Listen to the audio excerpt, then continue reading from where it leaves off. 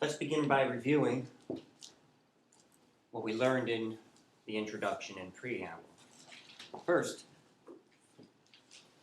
as the Prolegomena to any future metaphysics is intended as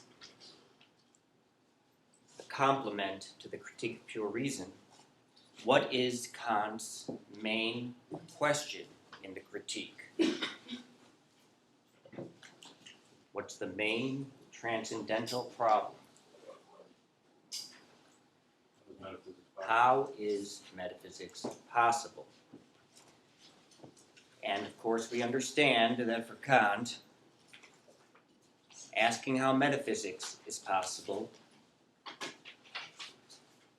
is not simply to ask about the possibility of proving the existence of transcendental entities like God or the soul or the difference between mind and body, as Descartes does.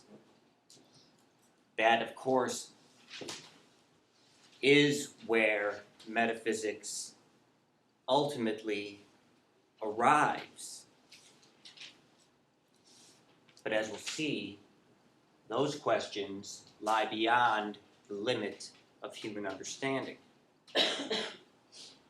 But metaphysics, more immediately, also pertains to the possibility of our everyday experience of the world as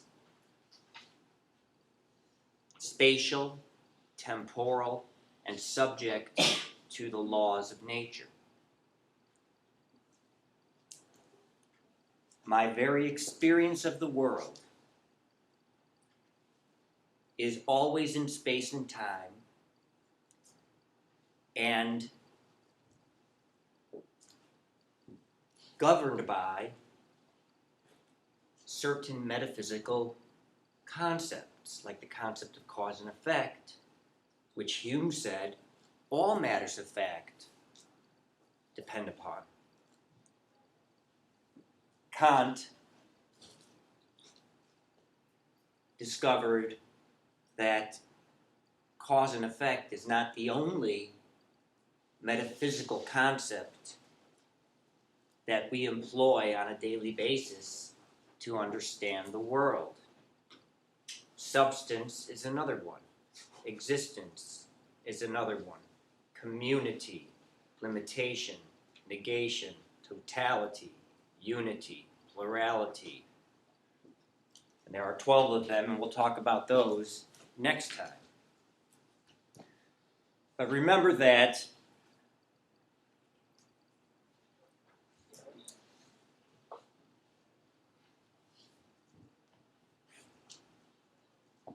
demonstrating the possibility of metaphysics is at the same time to demonstrate how experience is possible, where experience means understanding the world in terms of universal law. Okay? And we've said, in anticipation of Kant's major move, that his breakthrough was the collapse of subject-object dualism. That what we experience and call our world is never a thing that exists in itself, independently of us. What we have been calling the object, contrary to what the rationalists and at least Locke maintained, namely that the object is separate from the subject, and that truth entails a correspondence between how my intellect interprets the world and the way the world exists in itself. What Kant will argue is that there could be no such thing as experience, no such thing as objects, and certainly no such thing as space, time, or the laws of physics without the subject that provide those structures. Now, you'll come to understand this more and more as we move along. But from our analysis of the types of judgments in terms of their structure and origin that we saw last time, we learned that to answer the question, how is metaphysics possible, is to answer the question about how synthetic a priori judgments are possible. So, again, to take an example, in fact, let's just do this formally and say that part of our experience of the world is making judgments or simply experiencing the world such that events have causes. So I say that X is the cause of Y. The problem Kant is dealing with is explaining where the idea of cause gets its authority. Okay?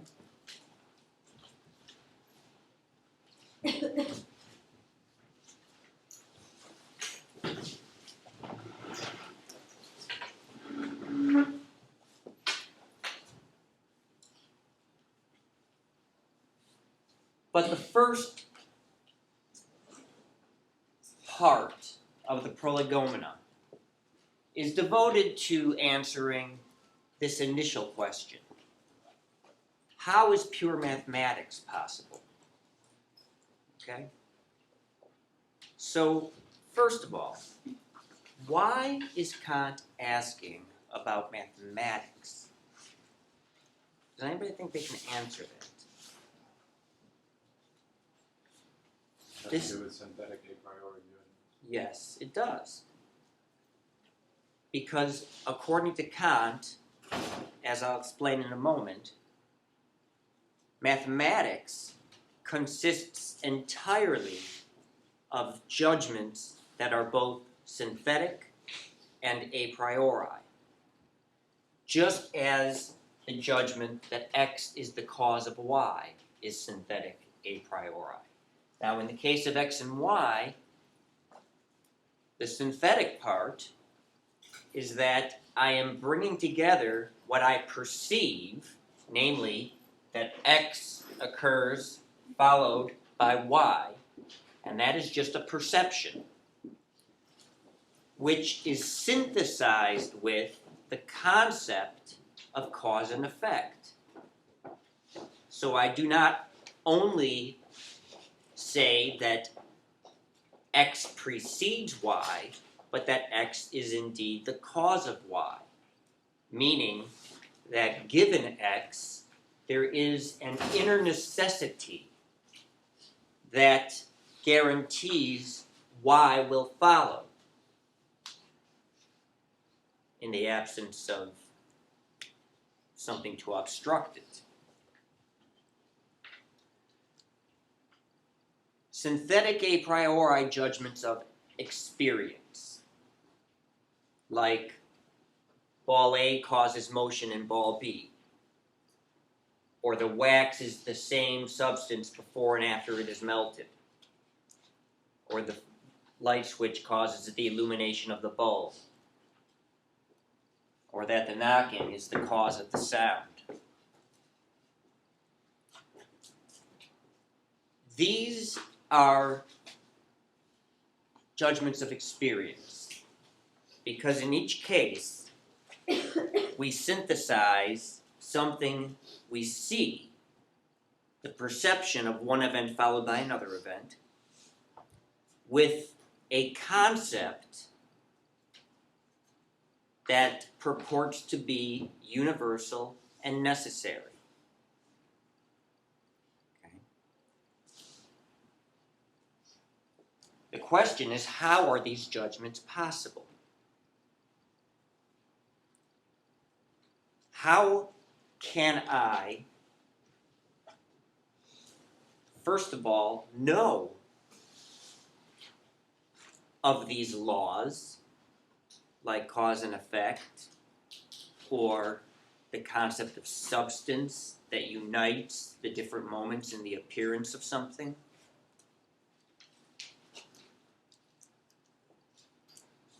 And where does their authority come from?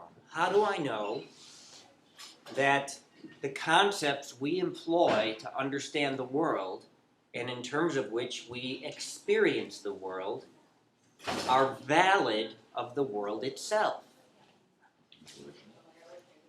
Ultimately, his answer is going to be that the world, or my experience, is nothing but the structured representation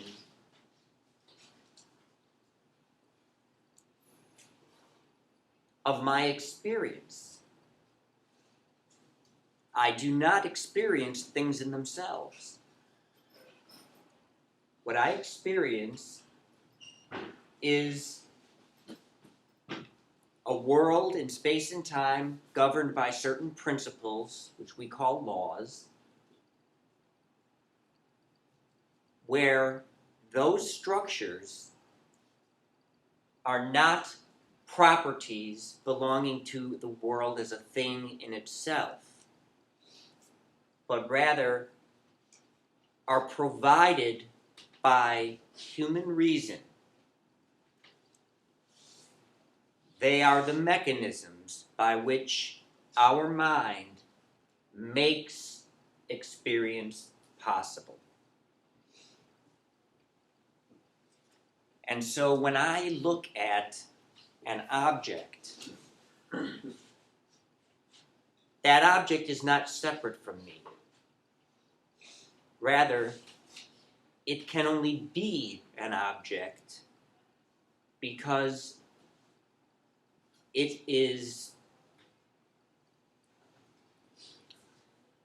given to my sensibility through the forms of space and time, which do not belong to a thing in itself, but are like filters or a template or the form of all perception. Before I have any perception at all, the forms of those perceptions, what Kant calls the forms of intuition, are already in place, awaiting some kind of stimulus.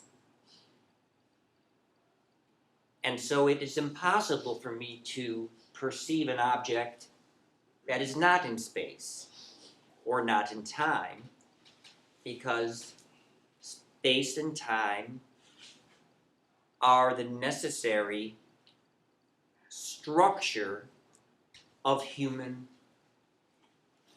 perception. Space and time are in me. I am not in space and time. Now, when I think about myself in my bodily aspect, of course, even my own body is perceived as an object in space and time. but only because spatial temporal sensation is the only kind of sensation possible for the human mind, because that's the way it is engineered. Could you say that's like our language of reason, space and time, and we can understand a different language? Yes, that's right.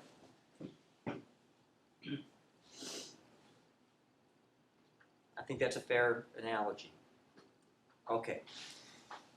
But of course, at the outset here, we don't know that metaphysics is possible. That's the question we want to answer. Because as far as Hume demonstrated, I can never arrive at universal necessary principles like cause and effect from perception alone. Okay? So I am attempting to discover not only how metaphysics is possible, but whether there is such a thing as metaphysics, as a real science. So we enter part one, wherein Kant says, consider mathematics. Now here is a science which is universally agreed to consist entirely of universal and necessary judgments. What does that mean? If I make the judgment that 1 plus 1 equals 2, I say that is a necessary judgment, meaning 1 plus 1 must be 2 and cannot be anything other than 2, and that it is universally so. It does not depend upon our subjective inclinations. It is necessitated by reason. But the interesting thing about mathematical judgments, and Kant almost stands alone in this idea, mathematical judgments, according to Kant, are synthetic.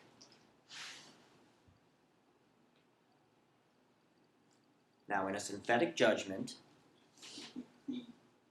remember, the predicate is not already contained in the subject.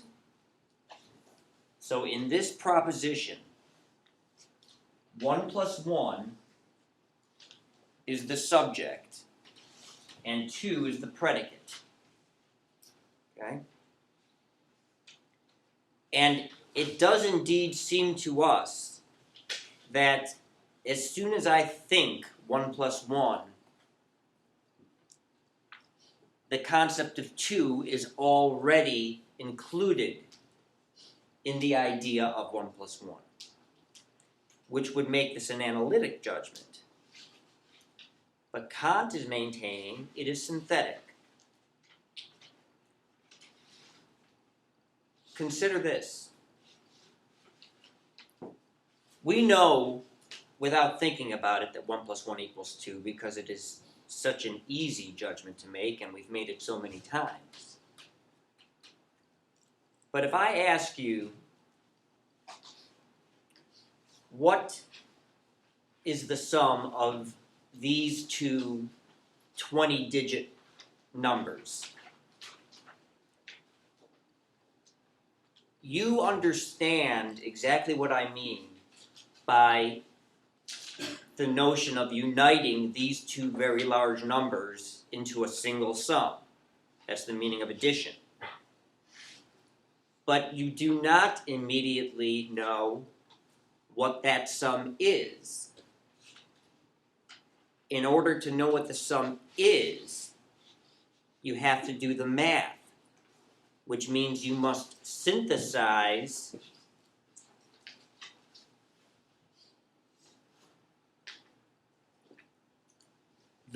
the concept of the unity of those two numbers with imagery, because it is imagery or intuition that makes mathematics possible in the first place. How do I know that 1 plus 1 is 2? Because this is what I mean by 1. And what I mean by plus is just adding another 1. And this is what I mean by 2. Okay? And that's how we learn to do math. We learn by counting sets. Now, as children, whether you do it like this, by, saying, okay, here are 2 things, here are 3 things, and let's count them as a single set, and we arrive at 5.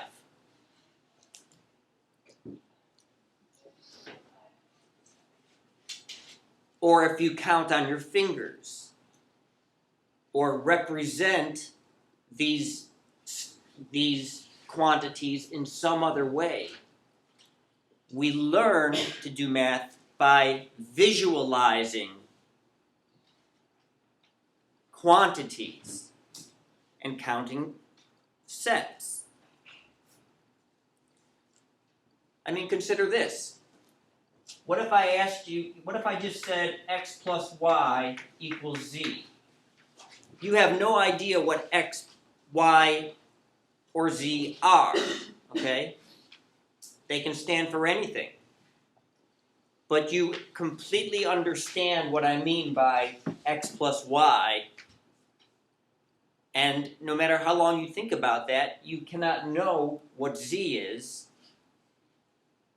without first knowing what these quantities are, and then breaking them down into columns and doing the math. No matter how complicated a mathematical formula is, it comes down to counting. Okay? Yes? But there would be analysis before synthesis, correct? In the mathematical process.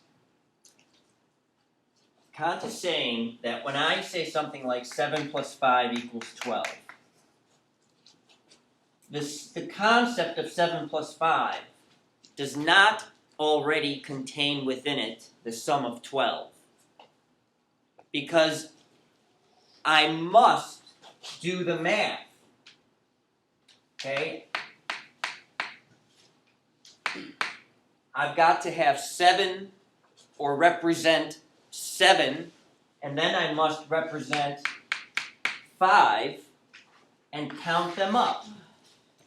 So the concept of 12 is validated through the addition of 7 and 5. The predicate of 12 is synthesized with the concept of the unity of these two numbers. So it amplifies the truth of 12, right? In a sense. If you say 12 equals 7 plus 5, it does amplify the meaning of 12. Okay? Because it adds something new. After all, 12 doesn't have to be 7 plus 5. It could be 10 plus 2. It could be 11 plus 1. 6 plus 6. Okay? So Kant is maintaining that math is synthetic. Okay? Just try to think about the addition of two very large numbers. You understand perfectly well what it means to unite two large numbers into a single quantity. But in order to know what that quantity is, you have to synthesize the idea of bringing those two numbers together with images by which you actually do the math. Like on an abacus, okay? Now we know the sums of any two digits between 0 and 9 almost automatically because we've added them so many times. But the proof that 7 plus 5 equals 12 always comes down to a visualization. Okay, do you get that? I must represent these quantities visually in order to prove that the unity of these two sums equals 12. So this is a synthetic judgment because 12 is not already contained in the concept of 7 plus 5. Could it be that like we're choosing to quantify these things and we're choosing to put them together, so it's not something we've like studied, we're making it up, and we're putting them together ourselves, so that makes it synthetic? No, what makes it synthetic is that I can think about the concept of adding these two numbers together. But unless I represent those two quantities visually or by sounds or in some other way that I can count, there is no other way to know the sum. I've got to do the math. Okay? We have to use our senses. Yes, we must use our senses. Now, go ahead. Wouldn't being like applying 12 to 7 and 5 be more of an analytic judgment? And then- Now again, like I said, there are many who argue that it is an analytic judgment. No, but Okay? and then I mean the opposite, that 5 and 7 are synthetic, as you suggest. They- Either way you do it, okay?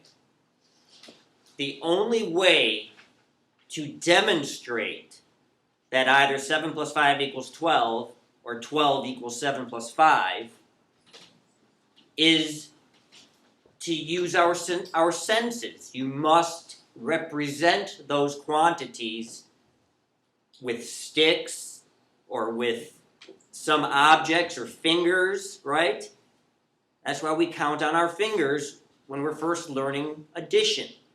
And after a while, we just remember that 6 plus 3 equals 9. But the only way we do know that is by a visualization, okay?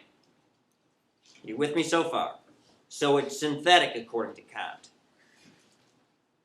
But we also say that mathematical propositions carry necessary and universal authority.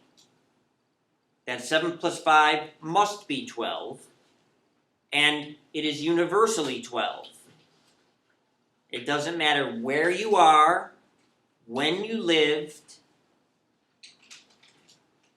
7 plus 5 cannot be anything more or less than 12. Okay? The names that we give to those quantities is completely arbitrary. Okay? We're talking about the quantities. But if you agree, which you should, that a mathematical judgment like 7 plus 5 equals 12 is necessary, which I can demonstrate to you right here. I've drawn 7 sticks, and I drew 5 sticks, and you counted them all up, and it equaled 12. It can't ever equal 13 or 11. Okay? And it will always be that way everywhere. So, if mathematical judgments are necessary and universal, they must also be a priori. Because remember, it is impossible to move from an a posteriori perception, a sensation, to a universal and necessary conclusion. Necessity and universality can only be established a priori because particular perceptions, like the particular perception of these two with these three, is particular. It's this set. It's also contingent, because I didn't have to write those on the board, nor did I have to look at them and count them. So how can mathematics, which we all agree is a real science, okay? We don't know about metaphysics yet. But math, we're safe with, because we can prove its propositions just by counting. So here is an example of a science that consists entirely of judgments that, as universal and necessary, must be a priori, but is also synthetic. The question is, how is it possible? How can a visualization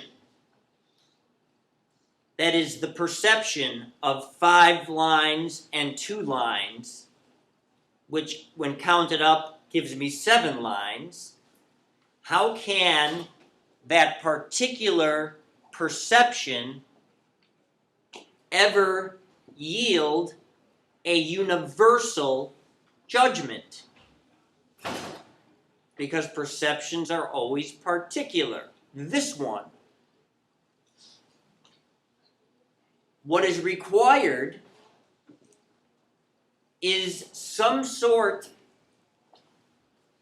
of non-sensuous intuition. It is a kind of looking that does not take a particular object. Because if I actually sense a particular set of digits, that is particular. But mathematics relies upon visualization. So how can I have a visualization of something a priori?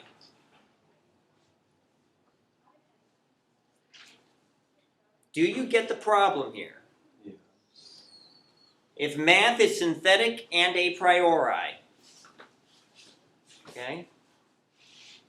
And what I am synthesizing is the concept of uniting 2 quantities into a single sum with the sum it turns out to be, and I say that this proposition is universal and necessary, then I have said at the same time that a judgment that relies on visualizing it is also a priori.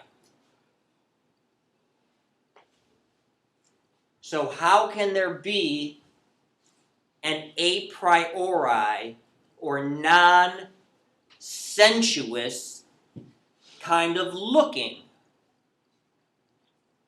It says the soul exists pretty much. Hmm? It says that the soul exists. If you're like, It's like Beethoven. Oh, let's not. I mean, we still have Kant to, hasn't said anything about that yet. we still Okay? have to see math through time and space, like everything else. Okay. All right. If we need the visual.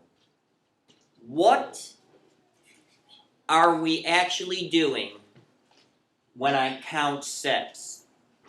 Bringing Okay. You're using time to do it. Yes. I am simply representing time. Because what is time? It is the sequential addition of units. One moment followed by another moment, followed by another moment. And I can represent those moments, okay, no matter how long or short they are, with lines or fingers or, little beads on an abacus. So mathematics is possible on the basis of time. Pure mathematics is the science that studies time, because all it is representing a sequence of moments visually by representing them with individual strokes. Okay? We exist temporally, right? Now, whether you mark that time by actually, watching a clock, or you're simply counting in your mind, or just marking time by tapping your foot, okay? We exist in time, which means from moment to moment to moment. And all mathematics is, in the case of addition, is the sequential addition of units in time. But we've already said that this representation has to be a priori if mathematical judgments are universal and necessary. And so, for Kant, time is not a property of things in themselves that exist apart from us. Rather, time is the form of our intuition. Whenever I look or visualize anything, it is immediately visualized in time, because time is what makes the visualization possible. It is the form of intuition, not the content, okay? Because look, I can count 2 desks, or 2 pieces of chalk, or 2 light bulbs, okay? In each case, the content of the sensation is different, but the form of the visualization is the same. It is one thing followed by another thing. So the answer to the question of how is pure mathematics possible is the pure intuition of time. It is a visualization, but it's a visualization which does not take a specific object. What we are visualizing is just the form of all sensations, which is nothing but our ability to mark time in our minds. The same is true of space. Space is not a container which exists out there as an object within which other objects float around. Space is also a form of our intuition. Remember, space and time are like lenses through which anything we perceive must pass. There cannot be a perception of an object not in space and time, because space and time are the forms of all sensations.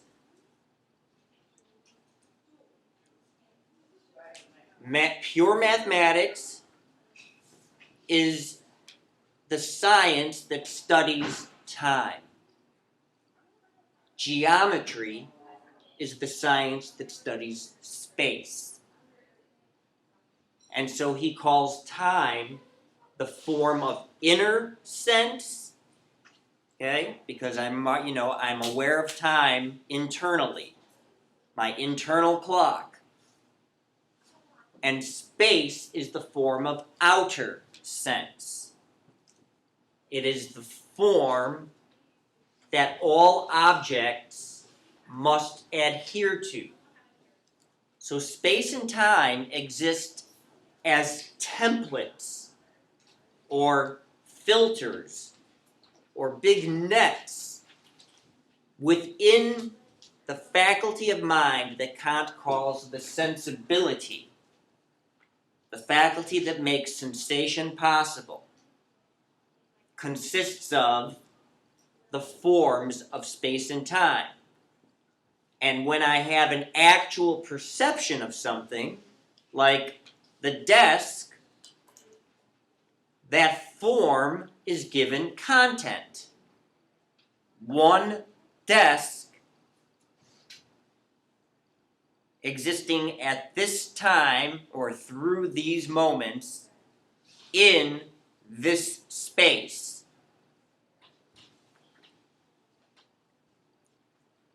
And all space is the fact that our visualization is always three-dimensional. Okay? I know that objects exist in 3 dimensions, and there can only be 3 dimensions of space, because I can only pass 3 lines through a single point at 90-degree angles.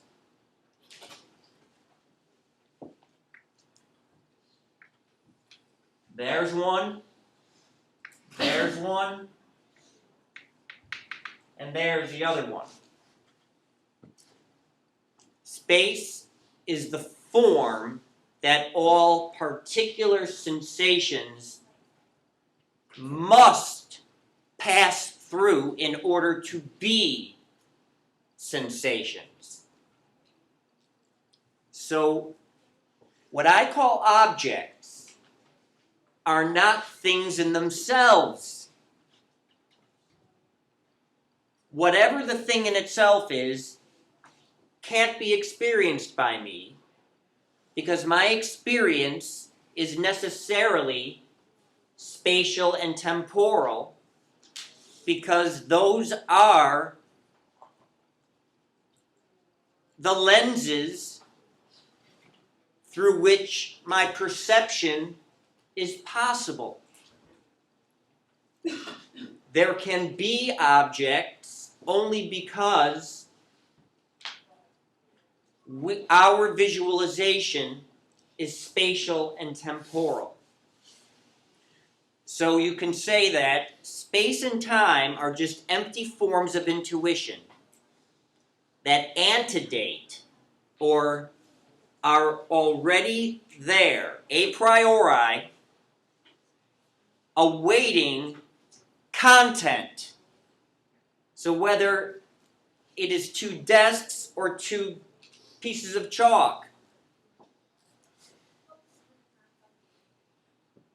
as objects, they must be in space and in time, because we can't see any other way.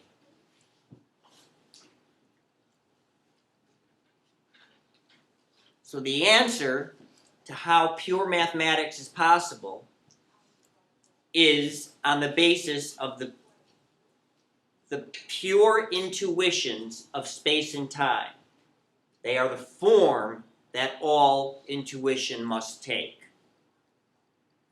The content, of course, is not a priori, because if that were the case, I would know what I was going to see before I actually saw it. Okay? But no matter which direction I turn my vision, whatever it picks up can't escape being a spatial temporal object because I can't receive perceptions in any other way. That's the form of my intuition. So the question, how can pure mathematics be synthetic and a priori at the same time, is that what is a priori is simply the form of time. One moment followed by another moment, followed by another moment. And when I represent time visually, I just get this. One, another, and it doesn't matter, whether those are seconds or milliseconds or minutes or hours. Let's just call them moments. We exist from moment to moment. So pure math, which we know to be a real science, okay, has been shown to be synthetic and a priori. Therefore, I know that synthetic a priori judgments are possible. The next question is, how do those perceptual judgments become judgments of experience? Okay, now here's the difference. When I see ball A roll into ball B, and then ball B rolls, that is a perception, because it is ordered in space and time, right? These two billiard balls are proximate to one another in space and in time. The one approaches the space of the other, and at the same moment that it makes contact, the other one begins to roll. But that's just a perception. Where does the concept that the one perception is the cause of the other? That will be answered by the question, how is natural science possible? Because when I make scientific judgments, I say one thing is the cause of another thing. Okay? Now look, Kant understands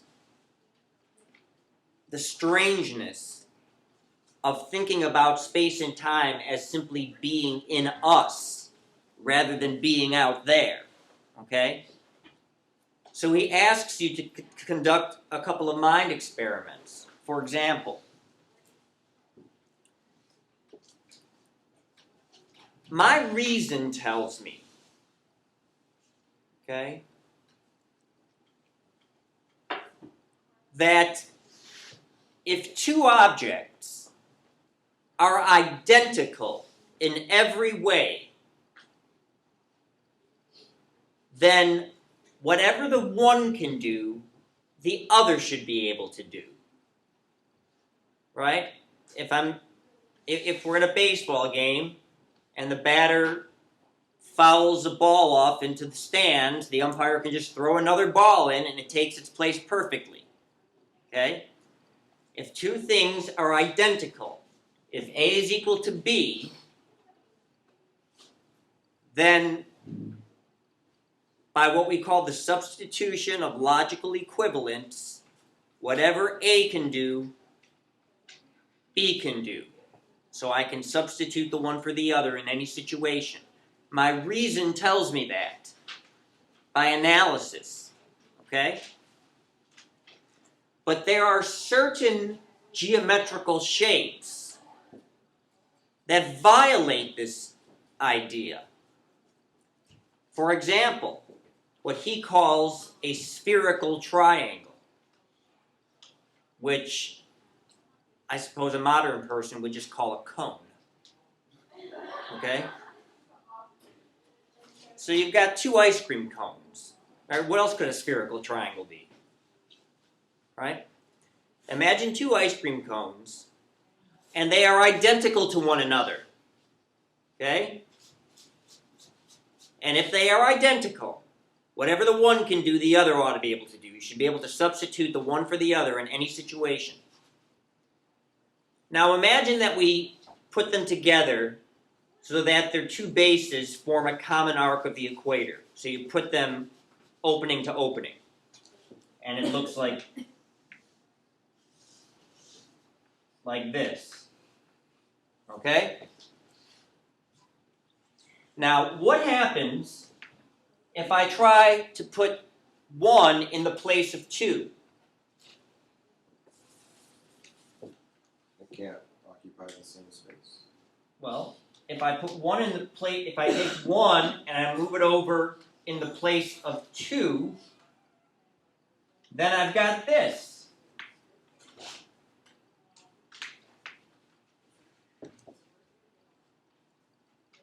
So here's an example of two things which are identical, two shapes that are absolutely identical, which even though my reason tells me that if they are identical, the one should be able to be substituted for the other in any situation, here is an example in which that's not true. And the only way for me to have realized this is to visualize it. Now, if space, this is a spatial property of this particular shape, that the one cannot be substituted for the other in this case. If space was a property of things in themselves, then I should have been able to realize that I couldn't just substitute the one for the other in every case by an analysis of the concept. But the only way for me to realize this is to visualize it spatially. How can you rotate it? Well, I can, but then I'm not putting 1 in place of 2. I'm reversing it. I mean, yeah, I can do that, right? But then 1 is not being substituted for 2. 1 is being put in the place of 2, but turned around. Or consider this. What could be more like your own hand than its own reflection in a mirror? Okay?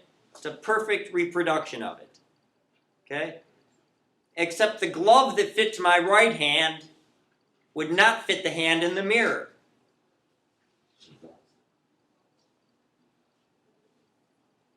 That's a better example, because you can clearly do also with this cone example. Okay?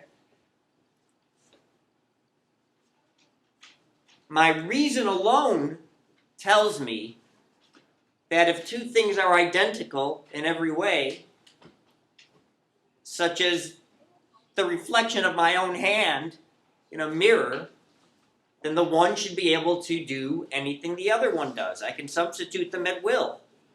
But if I try to put a glove on the one in the mirror, presuming that were possible, let's imagine it's a three-dimensional mirror, somehow a holographic mirror, okay? The glove wouldn't fit. But the only way I know that is by visualizing it, not just by analyzing the concept. So if space was a property belonging to the objects themselves, then I should have been able to realize that spatial property just by an analysis of the concept. But I can't. the only way for me to discover this peculiar property of certain shapes is by actually visualizing it. Just trying to prove that you need both. What he's proving is that space is not out there. It's in here. The only way to know that object takes up space is to see it.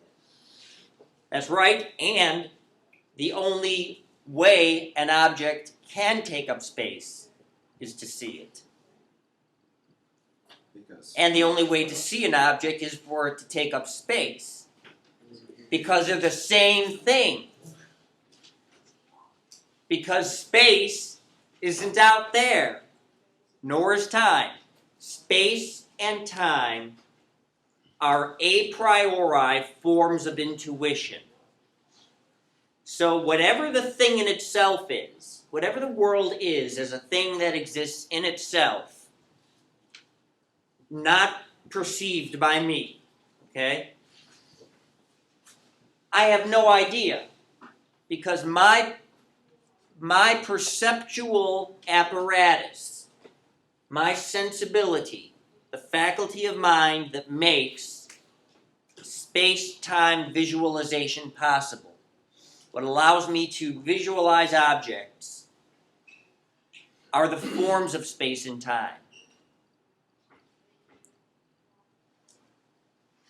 So I know in advance of seeing anything, if you say, hey, I'm going to show you something, I know that what you're going to show me is going to be something in space and time because there is no other way for us to see.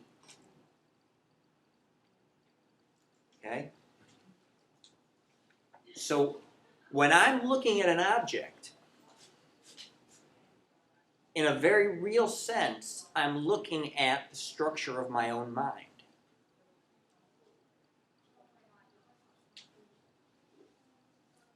Because the object can't be an object until it is taken up into the forms of my intuition. So when I see the object, I am looking at the structure of my own intuition. And again, that's how pure mathematics is a priori.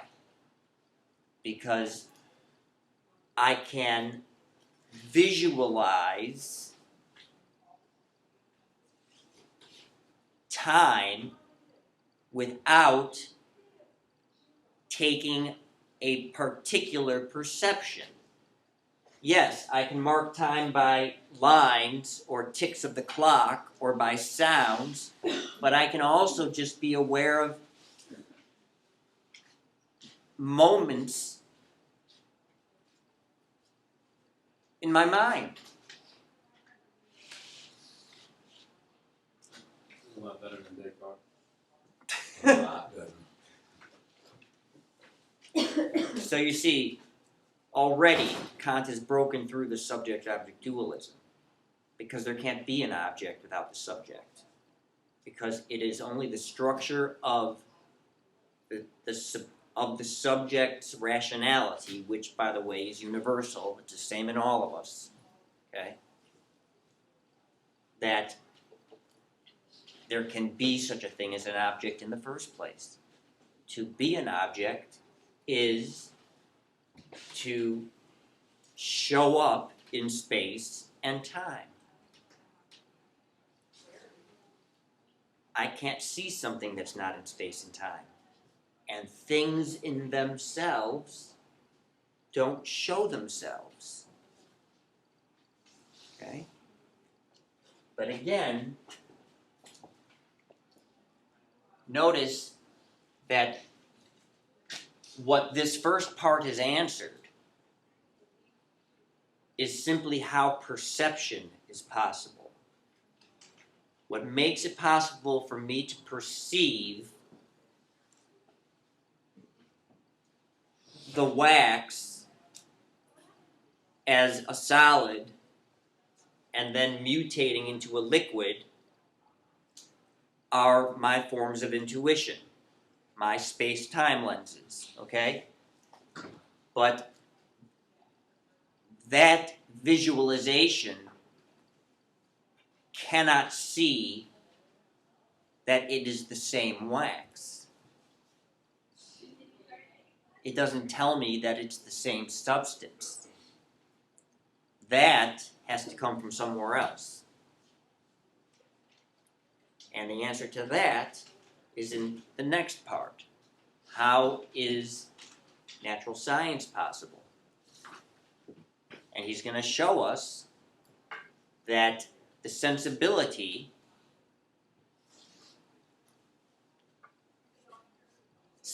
gets synthesized with what Kant calls the faculty of understanding, which consists of 12 concepts.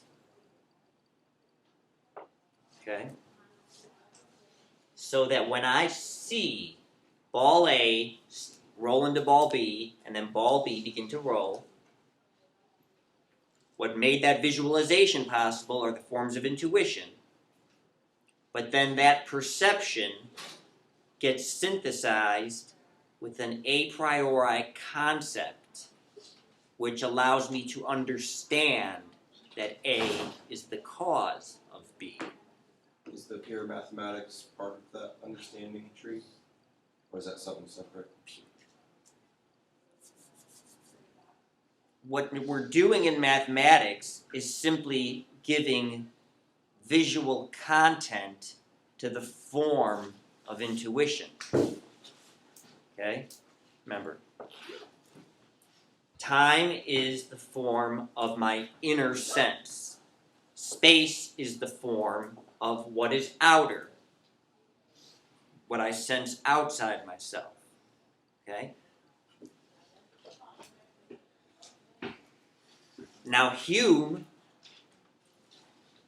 in a sense, got this far. He didn't say that space and time were forms of intuition, okay? He probably still thought of them as properties of things in themselves, okay? But simply explaining how the perception of one thing being followed by another thing is possible does not explain how I can experience those two perceptions as being necessarily united in a causal relationship. What makes that possible is the faculty of understanding that provides the concepts which we call the laws of nature. Just like space and time are not out there but up here, the laws of nature too are up here. So notice, perception alone, which is made possible by the faculty of the sensibility, which is comprised of its two forms of intuition, space, the form of outer sense, time, the form of inner sense. Perception is not yet experience. Because when I see ball A roll into ball B, I do more, I understand more, I experience more than simply one thing followed by another thing. Kant is going to say, you're darn right we experience A as the cause of B. Because that's the only way that we can experience it. Because the concept of cause and effect is built a priori into the faculty of understanding. And it gets imposed upon that perception. And so, the synthetic a priori judgments of experience, metaphysical judgments of experience, are possible through the synthesis of perceptions with concepts. The perceptions themselves are not a priori, but the form they must take is. and the concepts that get superimposed upon those perceptions to unify them and to validate it as a causal relationship is a priori as well. But without a perception, my concept of cause remains empty and useless. Okay? We're going to talk about that a lot more on Tuesday. Okay, so the reading assignment for Tuesday is. Wait a minute, do we have a quiz coming up sometime soon? Tuesday? Is that just on everything up to now Yeah. for con? Yes. The introduction preamble in part 1. Okay? And your reading assignment is the second part, which answers how is pure science of nature possible. You guys want to wait while I take your attendance a second here?